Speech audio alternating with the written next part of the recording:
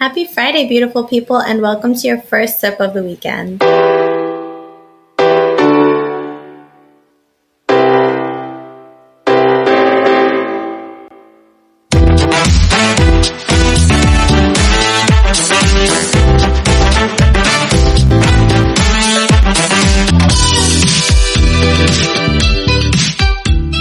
You're tuned into your happy hour with Friday Feels. We're celebrating all you working professionals out there doing your crazy craft, embracing the beauty of being human and connecting authentically.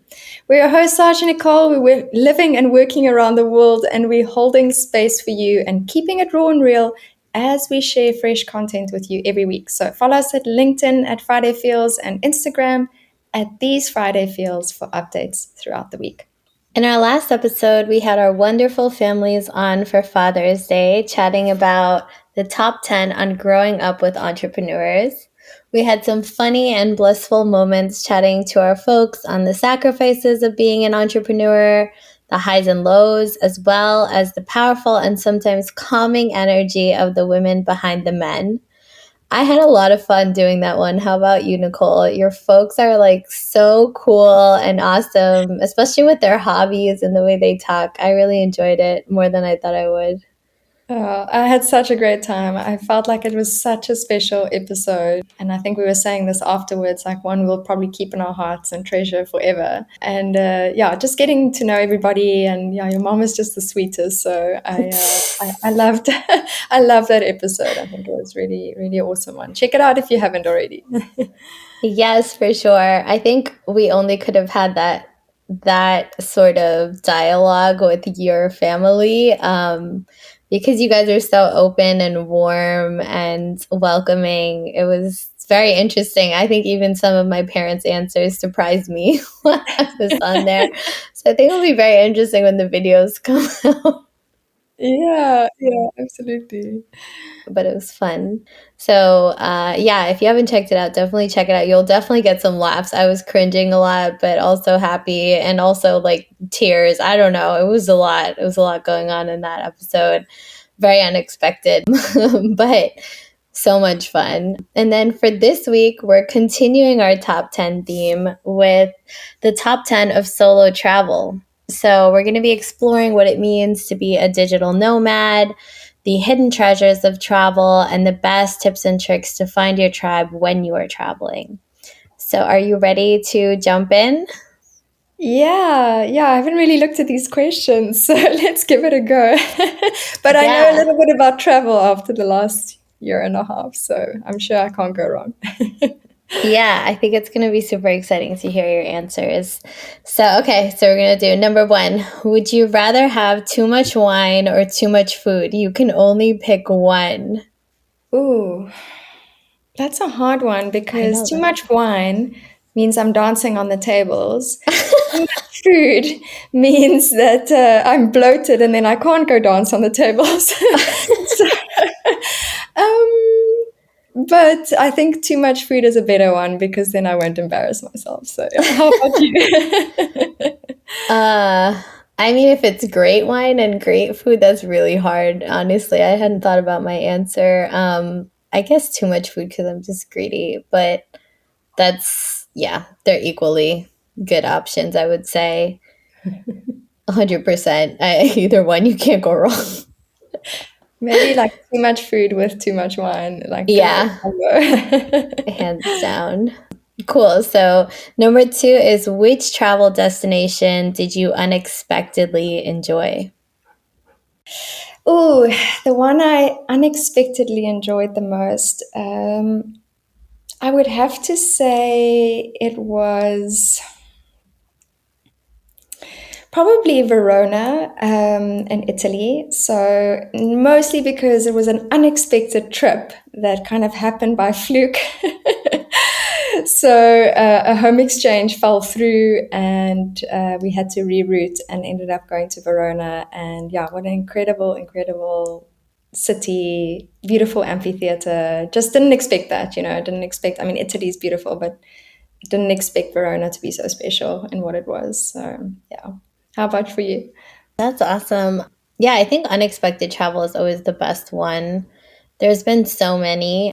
But if I had to pick one that I didn't really understand the charm or look too much into, it was Prague. Is a very, very Mhm. charming city. It's beautiful. There's water. It kind of looks like you're in Beauty and the Beast, and you're just kind of like walking alongside Belle everywhere. You can drink on the streets. I At that time I didn't used to drink beer that much, so I didn't know how much I would like it. But it was just such a charming city. Like everything is like different hues of nude and brown and gold, and so it felt like you were in a fairy tale going there. And always remember that about it. So I would say if you're ever looking for like a romantic kind of trip, I mean, there's so many places in the world, but it was just very unexpected how much I enjoyed it. And I started drinking beer a Mm. lot after that too. Oh man, I haven't actually been to Prague. It's one of the places I really want to go, so putting that on the list. You should. You definitely should. Okay, number three. What's one thing you love about traveling solo? Ooh, yeah, quite a few things. Top thing, I think it's having that freedom. I think it's having the space to be yourself. Not that I don't enjoy traveling with other people, but often when you have to think of someone else, and me being an Hmm. empath, I tend to put other people's desires before my own. So when I'm by myself, and Gracie, she gets a say, but she she kind of goes with the flow as well. And so I really get to express myself and find myself in weird and interesting situations. And yeah, sometimes you might want to explore down a certain alley or a certain road in a town, and Hmm. you can go and wander and find some interesting things that you wouldn't have otherwise if you were with someone. So I would say it's the hidden gems of being by yourself. Yeah. And for you? Yeah, I completely agree. I think that's a really good point. I guess traveling by myself, I talk to myself a lot. I don't know why, even if people are around. So it's just that you realize you're really just on your own. So whether you decide to go out or you can't, I try to force myself to go and do things that are outside of my comfort zone, but still like safe in a way when traveling solo. And it's just really nice to just worry about yourself. I mean, sometimes it sucks because sometimes you get energy from the other person, like being like, well, let's just go out, even when you just want to sleep in.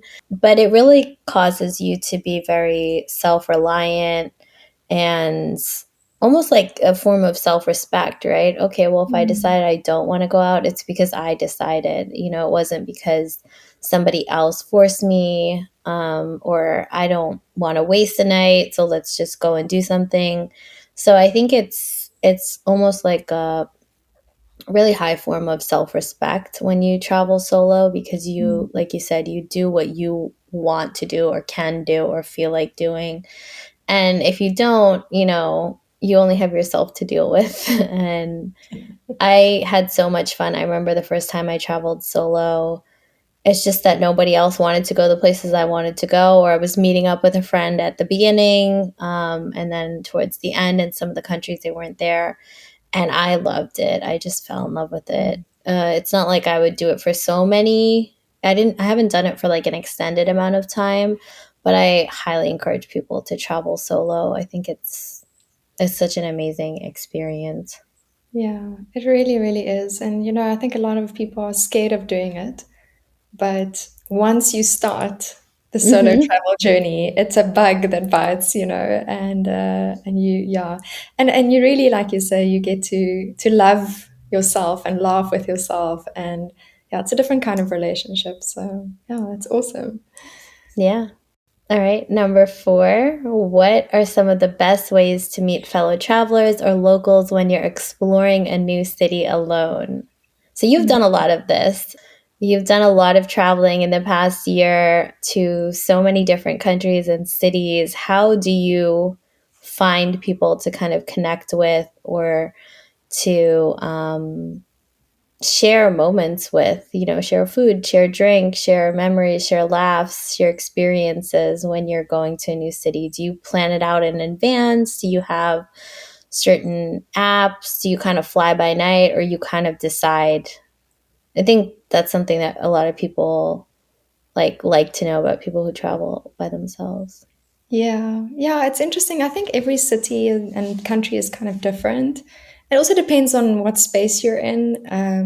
Sometimes if you're going through things in yourself, you might not want to go out, and then that's a whole different experience. But yeah, I think that someone actually recently asked me that and said, they really want to go visit a place by themselves and for a few months, but they're really scared of not finding that community. And so I really had to sit and think about that. Like, what are the things I've done that have helped me along the way? And I think one thing I realized is that I will make sure to go get like a coffee or a croissant, which I love.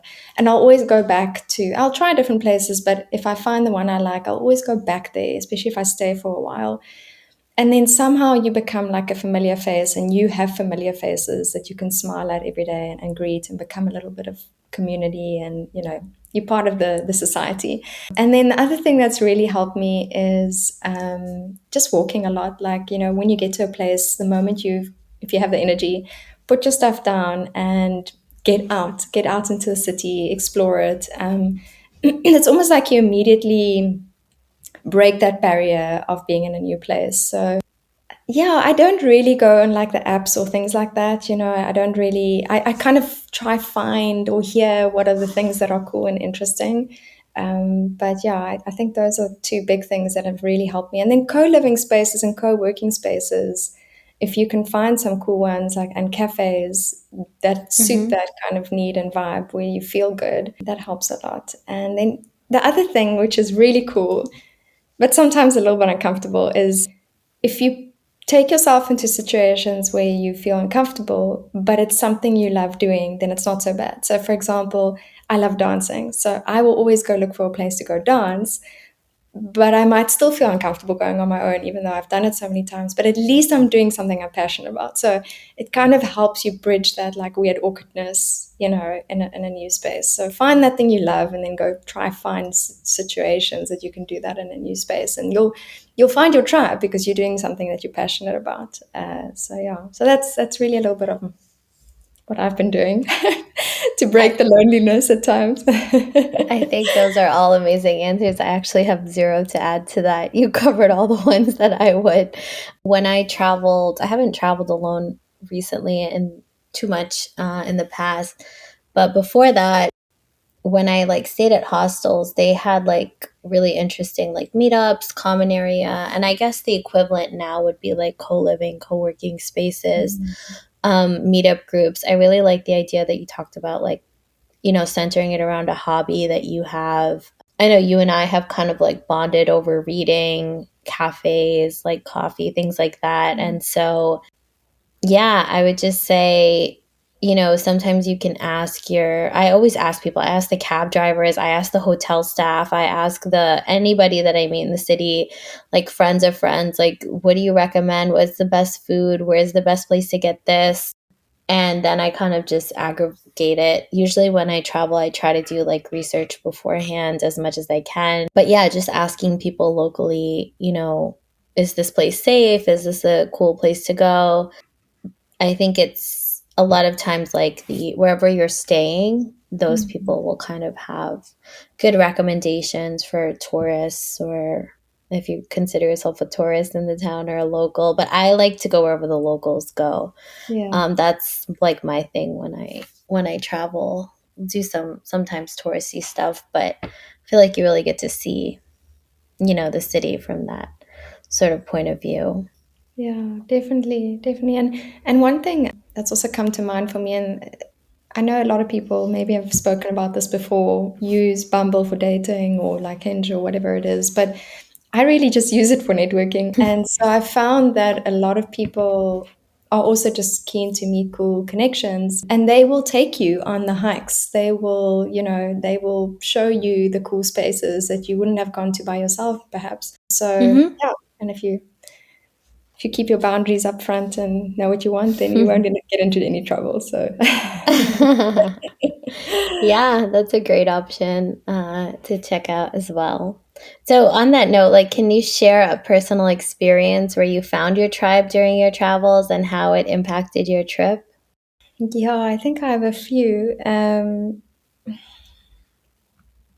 I don't know why this specific one is coming to mind now, but I was in Laguna Beach in Los Angeles, and maybe it's because I spoke about the little shuttles that are in Laguna Mm-hmm. that are free, and then you kind of hop on and they take you to the little places, and it's quite fun. But what was really quite fun there, which was a spontaneous finding of tribe, was I went out, I really wanted to go dancing, and I was in this place and I was feeling a little bit awkward. But the next moment, this lady, beautiful, tiny Chinese lady, said to me, you meetup? You part of meetup? And I said, no, I'm not part of a meetup. What meetup?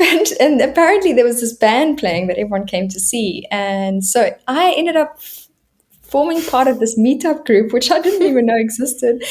And I made so many amazing friends, and we danced the whole night, and I still have some videos. It was so much fun. So it was this beautiful moment of finding my tribe of people, just in the bathroom with this lady asking me that. And yeah, so I think being open to saying, yes, let me be part of your meetup is a good one. So yeah. How about for you?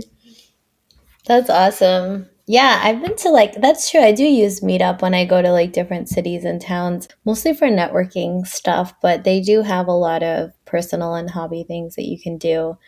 And that's been awesome. For me, a personal experience. So when I was working at Bitly, I went on a work trip and we went to Atlanta, and it was myself and the customer success person at the time, and she was from Georgia originally. Like her whole family was there, and she was planning her wedding. So obviously, we had downtime in between meetings, and I really thought she was like, "Oh, don't worry, like I'll take care of you. This is my hometown, it's my backyard." Completely left me out to dry, and I don't feel bad about putting her on this podcast right now. And I mean, she was obviously like planning her wedding in like a few months, so she probably had a lot of stuff going on. So she was the only other person I knew there. I didn't know anybody else, like literally no one else. We had client meetings where we had already kind of talked to some of the people and gotten recommendations, but I didn't really plan anything because I figured we'd go out and, do stuff. Completely went silent for that time. And I ended up going to this mall. They have like a huge mall there. It was empty, and I ended up sitting at a bar trying to get food. And I don't know if that was like one of the first trips that I'd ever kind of done something like that, where I'm usually with like a colleague or somebody, and I just had to sit at the bar by myself and eat. And I was like, okay, cool. So I was hungry. I felt weird. I remember just feeling weird. Now it doesn't bother me as much, but then it did. And the bartender started talking to me, and he was like mixing drinks, and he was very like nice and just sharing information. And there was a girl sitting across from him, sitting next to me. I think actually I started talking to her, and it turns out they were actually boyfriend and girlfriend. She was just meeting him at his job while he was bartending. And they were like, "Oh, what are you doing later?" And I was like, "I don't know. Like, I'm just going to be chilling in the hotel room because, like, I don't know what else to do." And they were like, "Come out with us. Like, come eat, blah, blah, blah." And I was like, "What?" And I remember, like, texting my boss, and he was like, "Are you okay?" Like, what? Like, they were like, "Let's meet for drinks later." And they took me out. Like, we met at the hotel. I don't know if it was the hotel I was in or a different one, got drinks. We ended up going out to eat. They had like a dinner, and like they took me around, and I was friends with them for so long on Facebook. Like I saw them afterwards, like doing all this crazy stuff, and it was just so nice. It was just so, so nice. I was so grateful to have met them. They were like a little bit older than me, not by much, maybe like 5 years or something. And it ended up being like so much fun, and it was just such a good vibe. They were very like open people and super nice, and I'm like forever thankful to them for just like inviting me out and being nice to Yeah, me. And then yeah. like when their friends were there, they were very welcoming, and I feel like it was a very Atlanta kind of thing because even their friends were like, "Where'd you guys meet her?" They're like, "Oh, she was just sitting at the bar and we told her like she didn't have anything to do." And I was like, they didn't even find it weird. Like, I feel like if my friends invited, like, we were having dinner and then they invited somebody, like, where'd you get this rando from? Like, but it was just very, like, it just felt culturally appropriate. And yeah, and actually I followed them for a while, like on Facebook, and they ended up, getting married to other people. One of them, she actually ended up getting cancer, and then like she passed away. And it was just like, it's just insane. Those are the things that you remember about people, Yeah. is out of all the people sitting there that I ran across, like, what are the chances that that happened and that they made such an impact on me? It was just such a cool experience in terms of, how one like simple person saying, hey, do you want to join, do you want to like come out, can make such a big impact on your Yeah, experience. And it also exactly. take me saying yes, right? Like, I told a few people and they were like, what are you doing? Who are these people? Like, I was like, yeah, I'm just gonna go to dinner. And they're like, so what are you doing? And I was like, well, I met this like couple, and they were just like, what? And I was like, yeah, it's gonna be okay. Like, could have been like Yeah. trafficked. Like, No, I have no I think idea. that's one thing you realize when you solo travel is you learn to trust yourself, and you know your gut feeling will tell you this is a safe Mm. situation, okay, well this is not a safe situation. And yeah, you'd also learn to, like you say, appreciate those people, and then you very quick to reciprocate that to other people who are Hmm. on their own too, because Yeah, you've been yeah. there. You understand how awkward and hard it is, you know. Hmm. So yeah, it really teaches you a lot of compassion, I think. So Yeah. And also that's faith, right? Into people. Because, yeah, one, you could be very wrong. And then two, it's like, imagine if I was scared and was just like, okay, I'll just, hang out. I was so mad at that customer service girl after, but actually, she wasn't that great. So I was super glad that I went out with them. I don't think I would have had as good of a time anyway, at all. Yeah. So. everything happens for a reason. Yeah, yeah. It was funny when I was thinking about the questions for today, that story came up for me, and I hadn't thought about it in so many years probably. So it made me reminisce a little bit there. All right, so let's continue. Number 6, how can mindfulness be and being present enhance the travel experience, especially when you're alone? Yeah, I think that's really important. I think being present is what you have to be when you're traveling, especially when you're on your own. And I found, being with two bags and a dog, it's kept me very much in the present moment. It's also kept me mindful because having a dog around people and things like that. But I think when you're traveling on your own, and we've said this before, it teaches you self trust. And so you have to trust your intuition, listen to yourself. Yeah, yeah, I think it really does keep you in the present. I think that's what I really enjoy about it. If you too much in one place, you kind of get used to a spot and you start ruminating. At least this is for me in other phases. But if you just focused on, I have to make this train now, and I have to get here or whatever it might be, then you take in a lot more, and you're very much aware of how you're feeling and how you're navigating. So yeah, I think it definitely helps to be mindful. Yeah, I think having the dog with me has definitely taken that to a different level completely. Gracie flying in the plane with me from New York City to Paris, being mindful of people around you in that situation, and yeah, you can't you can't else but be in the present. Like, the one day we were running for the flight, and she just decided, it was really early in the morning, and she just couldn't hold it any longer, so she had to just take a shit right there in the airport, and so and we had this beautiful moment of the caretaker, of the cleaning staff, kind of just wanting to help, and I always clean up, but yeah, they keep you in the present moment. You can't not be in that moment in the in time. So I feel like solo travel in any shape or form does that for you. It forces you there. So yeah. Yeah, I agree. Some of the best moments I've had, I don't even capture on it's like when my phone is away, I'm just enjoying it. And I realize that too about the moments that I most enjoy, or like the people I most enjoy, is when I'm not checking on XYZ. Like it causes you to kind of forget about all the things that you're one worried about or trying to keep track of. It's just enjoying people's company. So I think being present is a big part. I know, we live in a culture where everybody kind of likes to share, and you do learn a lot from other people sharing. Um, but sometimes it's just really nice to just sit and soak it in. Absolutely. So, for number seven, what are some of the biggest misconceptions about the digital nomad lifestyle? Hmm.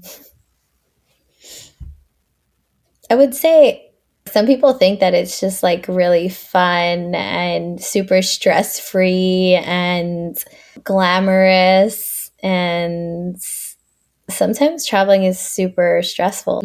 Sometimes we go, like when you want to go to a remote island, you have to take a plane and a bus and a shuttle and walk, like you don't know how you're navigating, you don't understand the language. Like sometimes like it just very frustrating. It makes you want to cry because you're just like, I'm not home, I miss this. Why don't you guys have things where we could find them? Like why does it say bathroom here but it's really far? Yeah, so I lose my crap when I'm like traveling sometimes to new places that are completely new. But I think, if you're making a really glamorous reel, like it took you some time to like put on that makeup, choose the dress, position it this way. And those are the things that people sometimes don't realize. So I'd say like when you are traveling, sometimes like I notice that about myself too, is like when I feel really comfortable around people, like I'll just sleep. I feel like relaxed enough to sleep and like to not put on makeup and to just like decompress. So I think that's a big misconception, that it's always fun. Sometimes you don't always want to be on and documenting Mhm. the digital nomad lifestyle. And also, you miss things sometimes from the people that are your home and your tribe because you are traveling all the time. So you miss barbecues and baby showers and sometimes engagements and weddings because you have to be out, and it's just a choice, right? You kind of Mhm. decide, you know, what's important, what makes sense. Sometimes it's too expensive to travel back for some of those experiences. So it's just, to me, I think as I've gotten older, I've realized that it's just as hard to live, nomadically as it is to stay in the same place and make that work. And I have a Mhm. lot of respect for people who can find enjoyment and adventure in the same spot that they're living or neighboring towns. I think you can still have that spirit regardless of if you're a digital nomad or not. Yeah, no, definitely. And I want to echo what you said. I think that a lot of what comes to mind for people when they think of digital nomad is like when you're scrolling on Instagram and you go like, people jumping in the pool in the co-living area, and this one's working on his laptop while he's drinking a cocktail by the sea and whatever else. That's a moment captured in time. That moment needs to be paid for. What are you doing for work as you travel around? How are you making it work? I think, like you said, you miss a lot of moments from home. It gets lonely at times, and traveling with someone is a lot easier because, like you say, two people are looking out for, are you in time for the train? Are you in the right direction? All Mhm. of that stuff.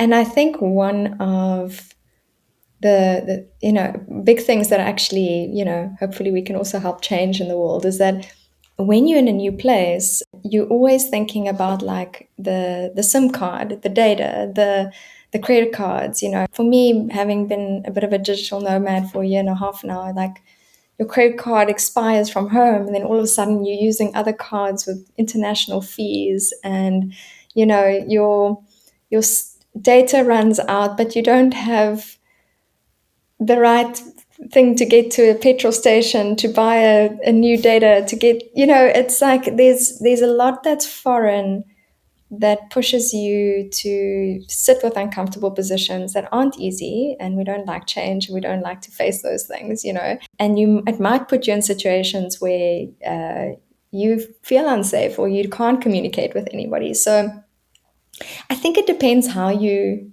digital nomad travel and where you put yourself in which situations. But I think that it's not always moonshine and roses. And I think people are such advocates of it because you learn so much along the way, and you're never learning if you're in a comfort zone. So this that you see on Instagram is not, that's not the learning part. That's like the that's just the advertising for the co-working space. That's the So polished part. yeah, no, I agree with you. So yeah, so I think there's a lot of misconceptions, but despite all those things, it's super worth it. So yeah. And on that topic, how would you say, what would be your advice? You do this very well, which is balancing work and travel. So, as a digital nomad, how do you do that? How do you make the most of both worlds?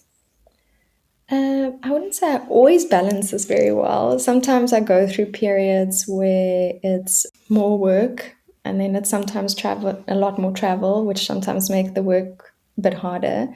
Which is why I'm in this area for a few months, so I could really like ground and settle and work and build. But I think just being open to using every opportunity. Like, for example, if you're on the train, take out your laptop, do the work you need, or, maybe you do want to take in the scenery, but you have moments where you can do both and appreciate both. And then, yeah, just working smarter, I think, helps a lot. Like, if you know you're going to travel, then you get things done quicker. It might have taken you much longer if you knew you were just going to be home, but you have something to look forward to. And then, yeah, I guess you get to a point where you realize if you don't go out, if you don't leave the laptop, you're not going to go experience the place that you came all the way to see. So you have to have a balance. And sometimes you get that right, sometimes not. And that's okay. That's part of the plan, that's part of the package. So I think it's just listening to yourself and being open to being adaptable and flexible is really important. So, yeah. How about for you? How have you found that? Yeah, I find that it has a lot to do with like boundaries and setting your boundaries, like with people that you're working with, in terms of like, hey, sorry, I'm gonna get to this maybe 3 o'clock in the morning. Just ignore the pings. Like, but I try to do stuff, especially with travel. I noticed with myself, like, sometimes I'm like super ambitious in my mind, but then the weight or the exhaustion of the travel, I'm still getting used to like what that looks like for me. And I start off with like a big to-do list and I'm like, this is not that many things. And then when you feel tired and then it moves over to the next day, I think it makes it worse. So I've just tried to like, while I'm up and I have energy, it's like when the baby's sleeping, you sleep. That's who I am. I'm just like, okay, like when I gotta sleep, I'm just gonna sleep. When I'm up, I'm gonna just try to do the best work that I can and let the people that are contingent on my work know, I'm gonna be doing it at weird hours. And that's something, I've kind of carved out for myself. You don't sometimes always have that luxury when you have stricter working environments or you have set hours. But I do know a lot of digital nomads that they will do their hours and then they just cause themselves to get less sleep, explore during XYZ. So it's just very much about, setting the expectations around work and then fitting travel in and Mm, vice versa. For example, like if I know I have a really important work call or like a client call, I tend to prioritize those, like make sure I have good Wi Fi, because that is just the most frustrating thing when like, no one knows sometimes how hard it is for you to get there for a certain time and you had to like, I remember when we were in Trinidad, I had a really important work call. I just started the job at Luno and I was like, this out of the whole week, this is the one call that I have to make sure that I'm somewhere reliable. And we planned around it. We planned to stay by somebody who had like reliable Wi-Fi. And it turned out like the 2 days before, the water company said they were doing some sort of like outage just to like fix the water system. And I was like, why does it have to be on this day? And so had to like pivot the night before, go to like someone's job, sit in their conference room. I get there and then the power outs like minutes before and the Wi-Fi is actually really bad. It was working fine the whole time. So I think those things just make me, it's like you think about it afterwards and like, how could I have done that better? And it's like, I don't know. I don't know how I could have done that better. Like you just had to change your whole strategy right there. And I think you have to allocate for that when you're traveling. Like sometimes you think, okay, I could just go to this cafe, it's right there, and you show up and it's like, it looks sketchy. Then what are you going to do? Like, Yeah, you got to go somewhere else. So it's a lot about thinking on your feet and then also like figuring out what works for you so that you can get the best out of the experience. And it teaches you grace very much. I think solo travel, it really does, because you have to be graceful with yourself. Otherwise, you're just going to be like mad at yourself for the whole rest of the week that you got it wrong. Like there's no one else there to like deflect. It's just you. it's true. It's true. And I think also, I think now people are a little bit more graceful towards the situations because of remote Yeah. working and lockdown and everything. But and like now you and I are having this conversation and I'm going into darkness in a different time zone for those who can't see us. It's the knowing that sometimes you're going to be on calls in different times, like you say, and you just have to make do with what you have, and that's okay. So, yeah, we keep smiling through it all. I agree with that. People have gotten like other clients, other company and members and employees have gotten better with like, especially after COVID, like your kids come in, your dogs come in, this goes out, the internet doesn't work. Before I would be like, so it would be considered so disrespectful that like you didn't get your stuff together to get here on time, to show up, to put your camera on, things like that. I think people have become a lot more compassionate when, you were supposed to have an office, but then you couldn't have an office. So now that people are used to it, like, it's not that bad. You showed up, like, Yeah, you got yeah. your work done. It's true. Yeah, the world's changing very quickly. Okay, so number 9, what's a new food or drink you fell in love with while traveling that you wish was everywhere? I love this question. I feel like there's so many. Oh, sure. This is gonna be not so weird, but it's coming to mind, is something I had in San Diego, which was also one of those weird experiences at a bar by myself and chatting to the barman and the waitress was his girlfriend. It was these roasted Brussels sprouts, and the way they made them, I've never had anything like that in my life before. And it changed Brussels sprouts forever for me. Like I always had this like really like like oh icky Brussels sprout idea around Christmas time, and it's like all soggy and whatever. But this was like crisp and it had like nuts, and it was really great. So that was a great dish, and since then I've fallen in love with Brussels sprouts. Drink, I think bitters and soda and lemon. That drink is something I discovered along the way. And I remember us speaking about this in episode 2 or 3, right in the beginning. But yeah, soda bitters lemon, I think, is a drink. It's great and refreshing. And it's not something I'd really thought of before I got to America. So yeah, should be, Mm. They yeah. have that actually in Trinidad. They call it LLB. It's lime. Actually, now I'm showing how much I'm not Trini. I don't know what it stands for. It's like lemon lime bitters, I think. Yeah. But they're really good. They're a Yeah. little sweeter than that. It's almost like Sprite with bitters.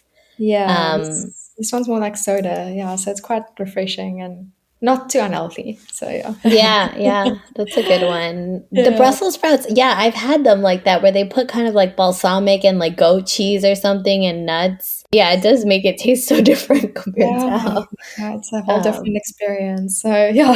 How about for those are you? two good ones. For me, I would say so. One thing I fell in love with was hot wine when I went to Europe. That was just like the most amazing thing because the first time I had it, it was pouring. We were out for a while. Like we were hungry. We couldn't find the entrance to this tourist cave thing that I think it was in Prague. And it was just, I was so miserable. And they had this sign and it was just like, I forgot what they call it. They call it like they just said hot wine, and I was like, okay, well, I could read that one, and it was like two. whatever their currency was. It was like $2 in their currency. And I had it and I was like, oh my God, this is the most amazing thing. Why don't we have this?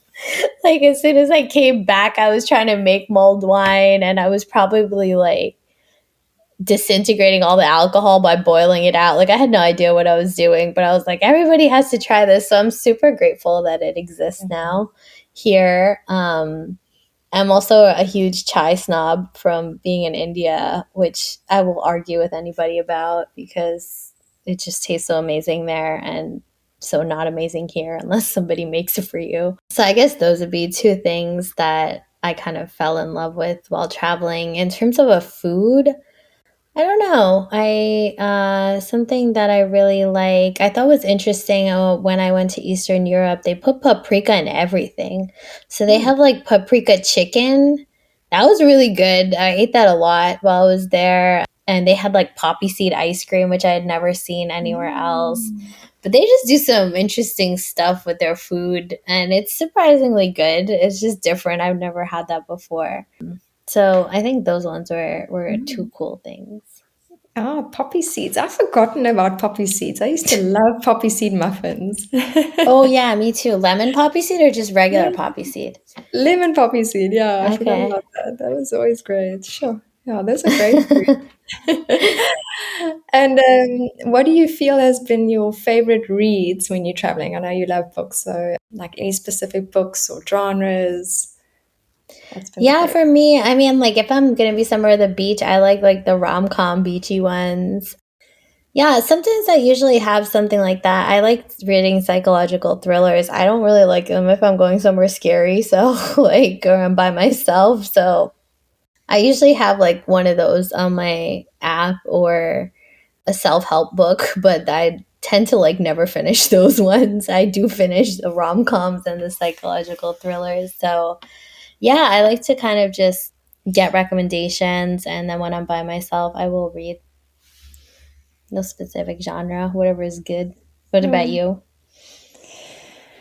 Yeah, I think also the rom-coms, you're right. It's like when I'm on holiday, which I kind of sometimes do feel when I'm traveling, then I want to kind of read those. I always want to hold a book. I find these little street libraries are really fantastic for Mhm. that.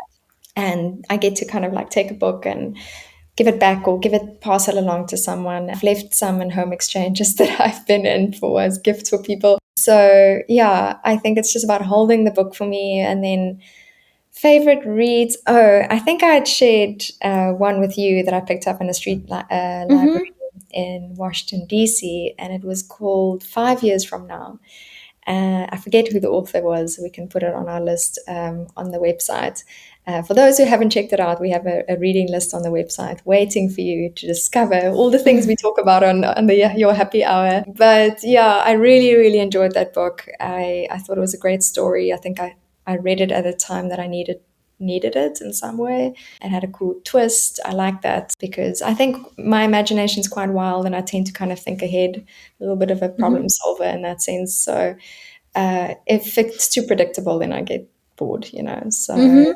I also enjoy the psychological thrillers for that reason. So yeah, but yeah, that's it. I it just depends. And then I haven't read it in a long time, but I think it's still a great read. It's Jane Austen. It's like an easy read.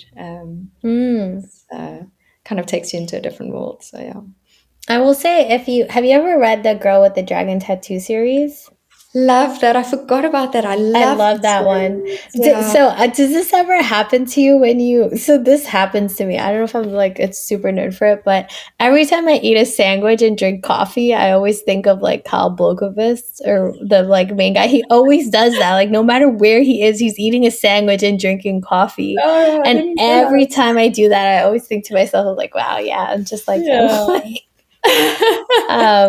That was such a good series though. That's good. Actually, so they came out with a new one that I've been reading like in between other stuff. I think it's The Girl with the Eagle Talons. Oh, So Stieg Larsson wrote the first like 3 or 4 and then somebody took it over and he yes. continued something like David something and then now this woman took it over and she wrote this last one within the last year or so. Okay. It's okay. Like it's going. It's interesting. Unfortunately, their books are very disturbing. It's like some of the stuff that happens in it. But Stieg Larsson was just such a good writer that he Mm. could have wrote about anything. I would have read it. Yeah, he is great. And you're reminding, now that you're speaking of a trilogy, I don't know if you like fantasy, but for the fantasy lovers out there, I know I really enjoyed Brandon Sanderson's The Mistborn trilogy. Amazing, amazing books. Very different, interesting protagonist being a female. So many like life lessons in there and a lot of kind of reference to alchemy. So, kind of the use of metals for magic, and yeah, very, very interesting trilogy. So if you Mm. enjoy fantasy, check that out. The Mistborn trilogy was very good. I'd like to read that again, actually. So I haven't heard of that one, so I have to check that out. This week I read one that was pretty cool. So it was the second in the last Mrs. Parrish. Sorry, I think it's the first Mrs. Parrish. I don't know. It's one of them. One is the first and one is the last one. I think the one that I just read was the last one. So it's the second one. I've been waiting like a year for this to come out, and it was okay. I like the first one first. I think I've read so many since then, so now I have high expectations of what's going on. And if I figure like you said, like if I start getting bored, I'm like, let me just skip to the end and see what happened on Wikipedia so I don't waste my like 5 days reading this.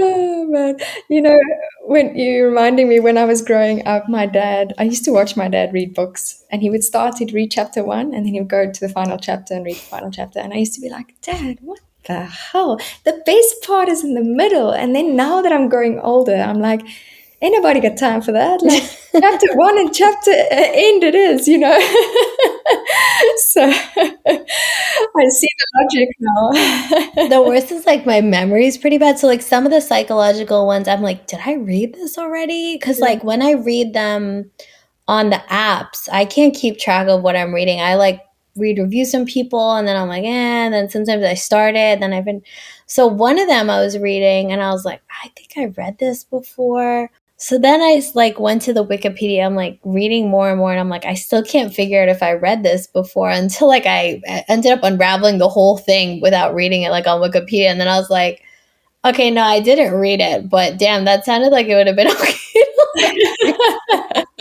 Like anyway. Yeah, spoiler alert. Oh man. Oh wow. Well, happy reading to everyone out there who's solo traveling, and I hope you're making some time for the good books as well as the parties and the train trips. So yeah. So, for everybody listening out there, what were your answers to these top 10 questions? And this week we challenge you to share your best solo travel tip via social media using hashtag These Friday Feels. We'd love to hear from you, so remember to tag us and to share your stories. And you can, of course, listen to us on all platforms. And next week, well, this is a little bit of a closing of a chapter. We're on episode 30. We've decided that we've got a really cool theme awaiting in July called Reinventing Your Conditioning. But in order for us to reinvent, we're going to take a little bit of a restore, a little bit of an explore and restore a couple of weeks. But don't fear, there will be something to listen to. It might just not be as fresh as our voices are today. So until next time, stay tuned. That is our mix. We've had so much fun mingling with you, and we wish you so many safe travels into your bed, into the night, and into this awesome weekend. So see you next week, and keep it real.